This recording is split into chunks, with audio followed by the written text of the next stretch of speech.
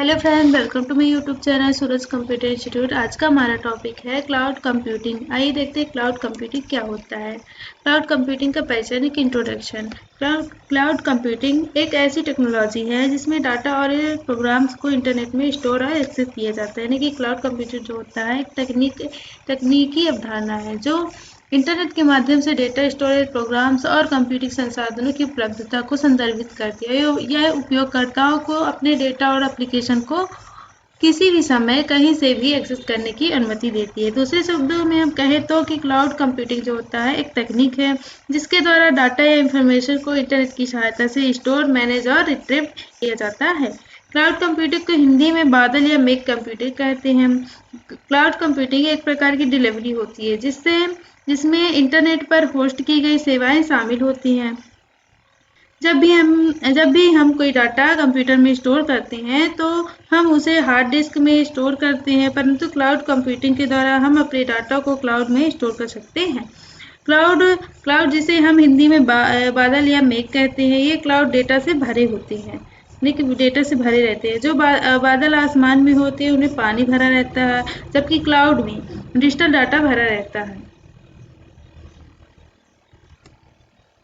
Cloud computing के प्रकार। पहला है सार्वजनिक क्लाउड यानी कि पब्लिक क्लाउड। यह सेवाएं किसी भी व्यक्ति या संगठन के लिए खुली होती है। उदाहरण के लिए जैसे कि Google cloud, Amazon web service, Microsoft एजोर आदि जो होते हैं इसके एग्जाम्पल्स हैं। दूसरा हमारा क्या होता है निजी क्लाउड यानी कि प्राइवेट क्लाउड।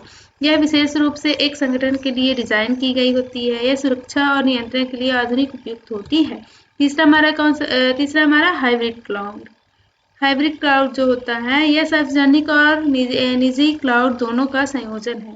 संगठन जो होता है अपनी जरूरतों के हिसाब से संसाधनों को दोनों में स्थानांतरित कर सकते हैं। चौथा हमारा क्या है समुदाय क्लाउड यानी कम्युनिटी क्लाउड। यह विभिन्न संगठनों के बीच साझा किया जाता है यानी कि शेयर किया जाता है, जिनकी सामान्य चिंताएं और आवश्यकताएं होती हैं।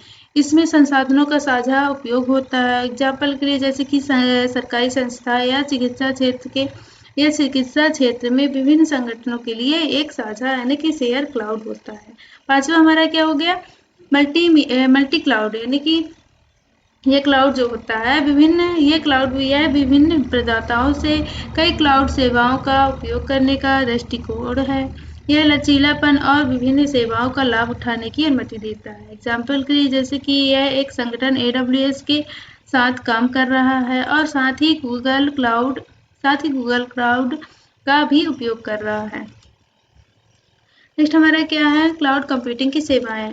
पहला है हमारा software as a service. Software application जो इंटरनेट के माध्यम से उपलब्ध होते हैं। एग्जाम्पल के लिए जैसे कि गूगल वर्कस्पेस, माइक्रोसॉफ्ट 365। दूसरा हमारा क्या होगा प्लेटफॉर्म एज ए सर्विस यानी कि पास। यह डेवलपर्स को एप्लीकेशन विकसित करने और तैनात करने के लिए आवश्यक उपकरण प्रदान करता है। एग्जाम्पल के लिए जैसे कि हीरोकू, गूगल ऐप इंजन। तीसरा हमारा क्या है इंफ्रास्ट्रक्चर यानी कि एज ए सर्विस। यह वर्चुअलाइज्ड कंप्यूटिंग संसाधनों का इंटरनेट के माध्यम से प्रदान करता है। एग्जाम्पल के लिए जैसे कि हो गया Amazon EC2, Microsoft azure VMS। चौथा हमारा क्या होता है बैकअप एज ए सर्विस। यह डेटा बैकअप और पुनर्प्राप्ति सेवाएं प्रदान करता है जिससे उपयोगकर्ता अपने डेटा को सुरक्षित रख सकते हैं। एग्जाम्पल के लिए जैसे कि हो गया बैकब्लेस, एक्रोनिस। पांचवा हमारा क्या है स्टोरेज एज ए सर्विस। यह उपयोगकर्ताओं को डेटा स्टोरेज समाधान प्रदान करता है जहां वे फाइलें और डेटा क्लाउड में सुरक्षित रख सकते हैं। एग्जाम्पल के लिए जैसे कि हो गया Dropbox, Google drive, Amazon S3 simple storage service हो गया होते हैं। फिर नेक्स्ट है क्लाउड कंप्यूटिंग के लाभ। पहला है लचीलापन यानी कि फ्लेक्सिबिलिटी।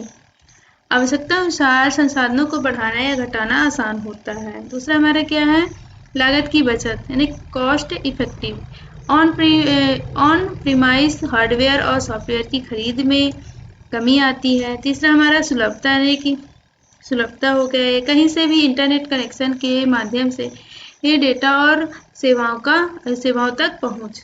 चौथा हमारा क्या, स्वचालन, ऑटोमेशन। कई प्रक्रियाओं को स्वचालित किया जा सकता है जिससे कार्य कुशलता बढ़ती है।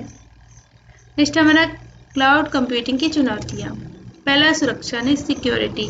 डेटा की सुरक्षा और गोपनीयता एक बड़ी चिंता हो सकती है। दूसरा हमारा क्या, उपलब्धता यानी कि अवेलेबिलिटी। इंटरनेट कनेक्शन की आवश्यकता होती है। यदि इंटरनेट डाउन होता है तो सेवाएं प्रभावित होती हैं। तीसरा हमारा क्या है, नियामक मुद्दे, रेगुलेटरी इशूज। डेटा भंडारण और प्रबंधन से संबंधित नियम और कानून जो होते हैं ये नियामक मुद्दे होते हैं। इसी के साथ आज का हमारा टॉपिक कंप्लीट होता है। मिलते हैं नेक्स्ट टॉपिक पे। Subscribe to my YouTube channel Suraj computer institute. Thank you.